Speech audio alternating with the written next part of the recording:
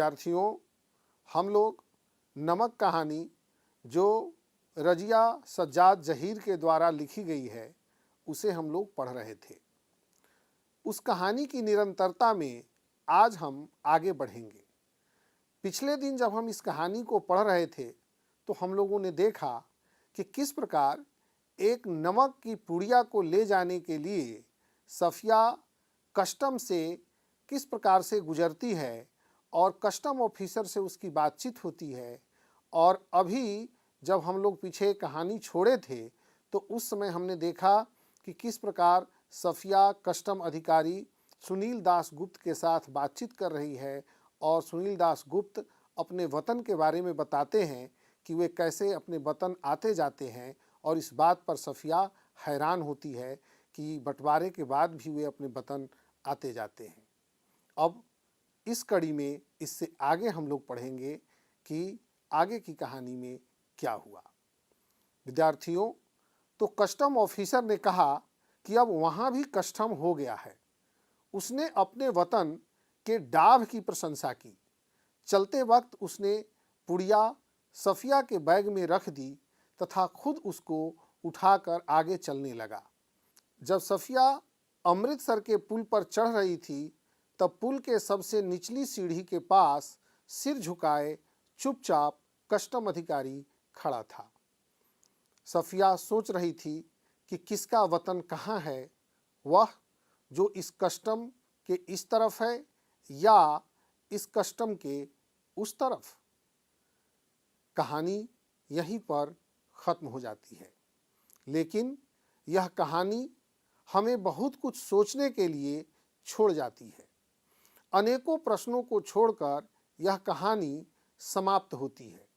विद्यार्थियों, तो आइए उन प्रश्नों पर हम चर्चा करें जिन प्रश्नों को इस कहानी में मुख्य रूप से उठाया गया है। सबसे पहले जब हम इस कहानी की शुरुआत में पढ़ते हैं तो देखते हैं कि एक मुस्लिम लड़की एक सिख औरत को देखकर उसके मन के भीतर भावनाएं हिलोरे लेने लगती है और उन दोनों के बीच के जो प्रेम है उस प्रेम में कहीं भी धर्म नहीं आता। उस सिख बीबी को देखकर सफिया को ऐसा लगता है जैसे वह उसकी माँ है। उसी तरह के रंग रूप, उसी तरह के पहनना ओढ़ना, उसी तरह की आवाज़ें, सब कुछ उसी तरह।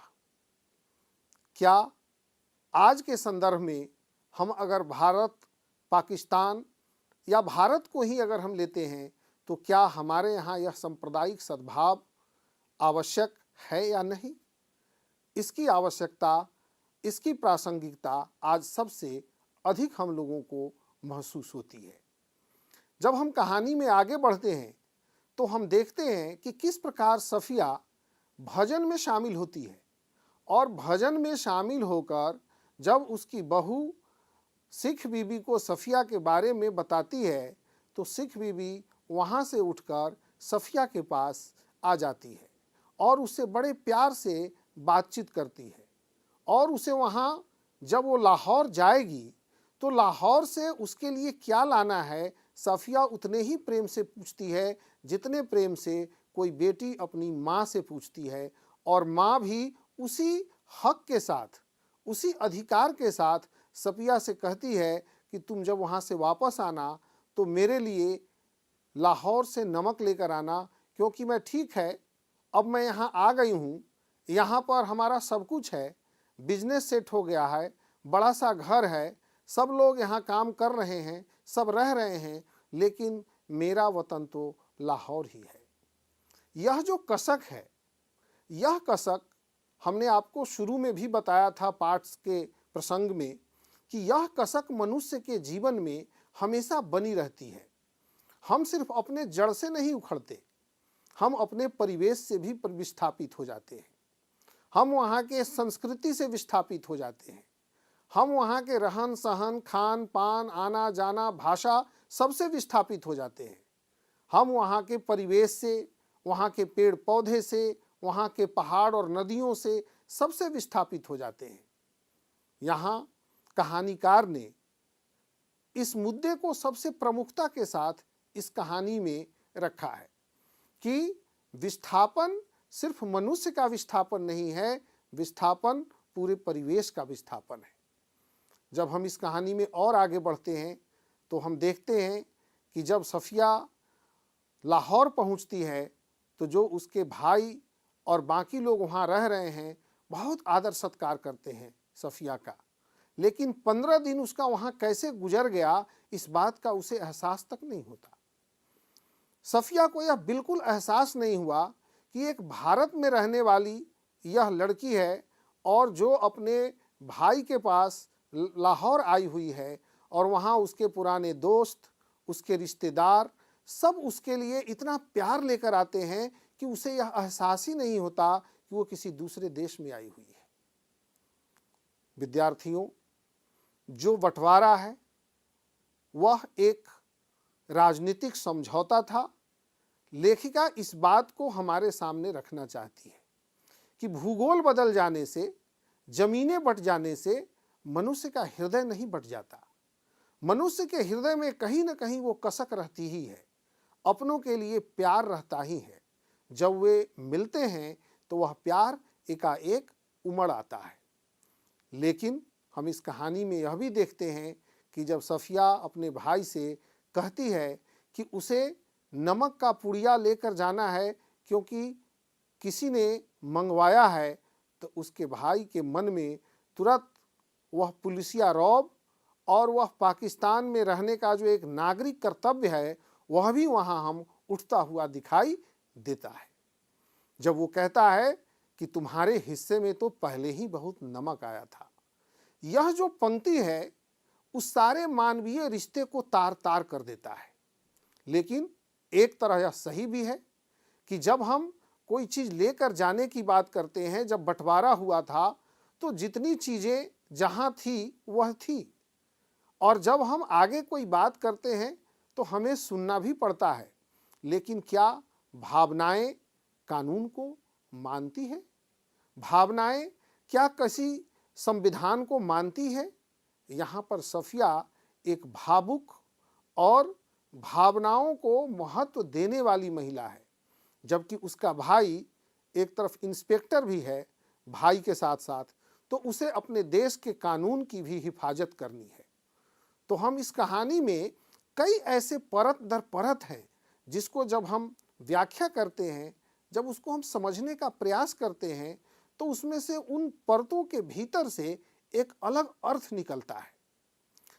ठीक हम जब कहानी को और आगे बढ़ते हैं तो देखते हैं कि सफिया के मन में उस नमक को ले जाने के लिए जो जद्दोजहद है वह शायद बहुत ही महत्वपूर्ण है। वह चाहती तो कह देती कि ठीक है, वहाँ से नमक नहीं लाने दिया, लेकिन नहीं, वो किसी भी कीमत पर नमक ले जाने के लिए तैयार है और वो नमक लेकर आती भी है। पहले उसके मन में आता है कि इस नमक को हम कीनू के भीतर छुपा दें, छुपाती भी है, लेकिन फिर उसके मन में कहीं ना कहीं आता है कि प्यार के लिए जो वस्तु ले जाई जाती है उसे चोरी से नहीं ले जाई जा सकती, इसलिए वो कीनू के भीतर से उस नमक को निकालकर अपने पर्स में रख लेती है। तो यह जो कहानी की बारीकियां हैं, उस बारीकियों को रजिया सज्जाद जहीर ने बड़े ही संजीदा ढंग से हमारे सामने रखा है। सफिया जब कस्टम अधिकारी के पास पहुंचती है तो हिचकते हुए पूछती है और वो पूरी कहानी बताती है, और कस्टम अधिकारी उसके भावनात्मक उस कहानी को सुनकर अपना अधिकार, अपना कर्तव्य सब भूल जाता है और उसकी भावनाओं को समझते हुए उस नमक को अपने हाथ से लपेटकर सफिया के पर्स में रख देता है और कहता है कि उनको जाकर कहिएगा कि लाहौर उनका वतन है और दिल्ली मेरा, क्योंकि वह जो कस्टम अधिकारी था वो दिल्ली का था और बंटवारे में वो पाकिस्तान चला गया था, लाहौर बॉर्डर पर तैनात था। बच्चों, यह कहानी सिर्फ नमक को लेकर जद्दोजहद की कहानी नहीं है, यह कहानी हिंदू, मुस्लिम, सिख, ईसाई एकता और प्यार की कहानी है। क्योंकि कोई देश सिर्फ एक पंथ, एक धर्म से नहीं बनता, भारत ऐसे देश में विभिन्न धर्मों को मानने वाले लोग रहे हैं और हैं। इसलिए जब हम इस कहानी को देखते हैं तो जितनी बेचैनी सिख बीवी के मन में अपने लाहौर के प्रति है, उतनी ही बेचैनी हम वहाँ बॉर्डर पर तैनात उस कस्टम अधिकारी के मन में दिल्ली के प्रति भी देखते हैं। जब वो कहता है कि आप जब वहाँ जाएं तो जामा मस्जिद की सीढ़ियों को मेरा सलाम कहें। यह बात इस बात का सबूत है कि भले ही कोई लाहौर में हो, लेकिन उसके मन में आज भी जामा मस्जिद की सीढ़ियों के प्रति वही भाव है जो उस समय था जब वो दिल्ली में रहा करता था। बात सिर्फ भारत पाकिस्तान बंटवारे तक ही सीमित नहीं है। इस प्यार की कहानी बांग्लादेश तक जाती है। जब सफिया वहाँ से जब भारतीय बॉर्डर पर आती है और वहाँ पर सुनील दास गुप्ता कस्टम अधिकारी से उसकी मुलाकात होती है और वहाँ पर वो अपनी पुस्तक दिखाते हैं और सारी बात सुनने के बाद नमक को उसके पर्स में डालकर और उस पर्स को अपने हाथ में लेकर सफिया के साथ साथ धीरे धीरे वो अमृतसर के उस पुल तक आते हैं और पुल के नीचे सीढ़ियों पर खड़े होकर उसे ऊपर जाते हुए बड़े भाव भीने नेत्रों से देखते हैं। विद्यार्थियों, इस कहानी में कानून, हुकूमत सब को लेकर एक बहुत बड़ा प्रश्न खड़ा किया गया है। जब सफिया अपने भाई से कहती है कि क्या कानून कानून कहे जाते हो, सब कानून हुकूमत के ही होते हैं, कुछ मोहब्बत, मुरव्वत, आदमियत, इंसानियत के नहीं होते? आखिर कस्टम वाले भी इंसान होते हैं, कोई मशीन नहीं होता। और ये जो कथन है हम यहाँ इस बॉर्डर पर देखते हैं कि जब लाहौर के बॉर्डर पर कस्टम अधिकारियों के साथ जो व्यवहार हुआ और फिर सुनील दास गुप्त के साथ जो सफिया का व्यवहार हुआ, यहाँ वह बातें देखकर यह बिल्कुल साफ हो जाता है कि कानून का काम कानून का है, लेकिन कानून से कहीं ऊपर मनुष्य की भावनाएं हैं। इस तरह यह कहानी प्यार, एकता, समर्पण और पहचान की कहानी है। आप पूरे कहानी को अगर शुरू से लास्ट तक देखेंगे तो आपको यही लगेगा कि नमक एक माध्यम है।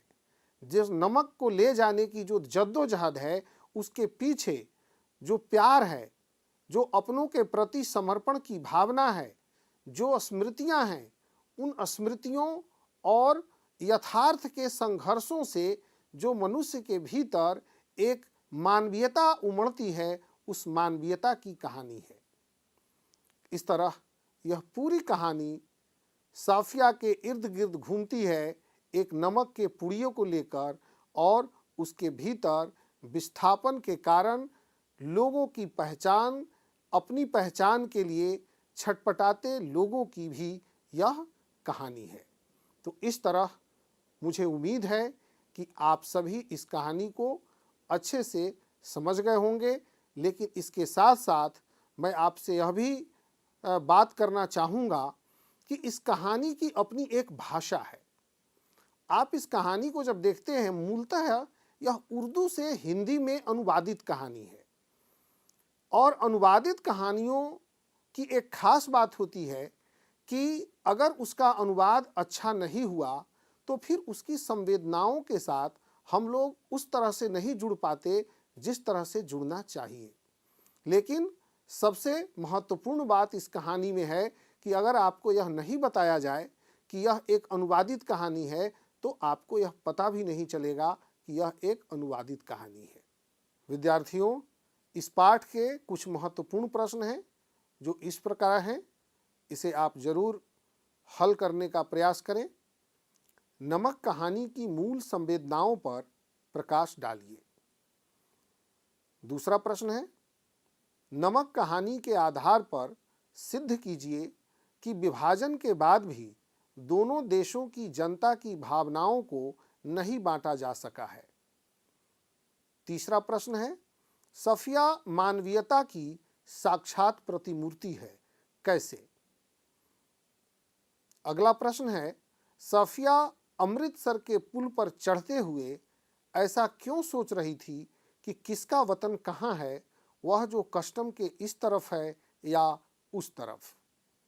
और अंतिम प्रश्न है, लेखिका की भाषा पर टिप्पणी कीजिए, क्योंकि इस पाठ में लेखिका की भाषा भी बहुत ही महत्वपूर्ण है, जिसमें उर्दू के अनेकों शब्द हैं जो हिंदी के देवनागरी में प्रयुक्त हुए हैं और यह सहज सरल रूप में हमारे सामने उपस्थित हुआ है। तो आप इस भाषा के मुहावरेदार शैली, वर्णात्मक शैली और इसके भीतर जो लेखिका की आत्मा पिरोई गई है, उसे आप जरूर समझने का प्रयास कीजिए। आप सभी का बहुत बहुत धन्यवाद।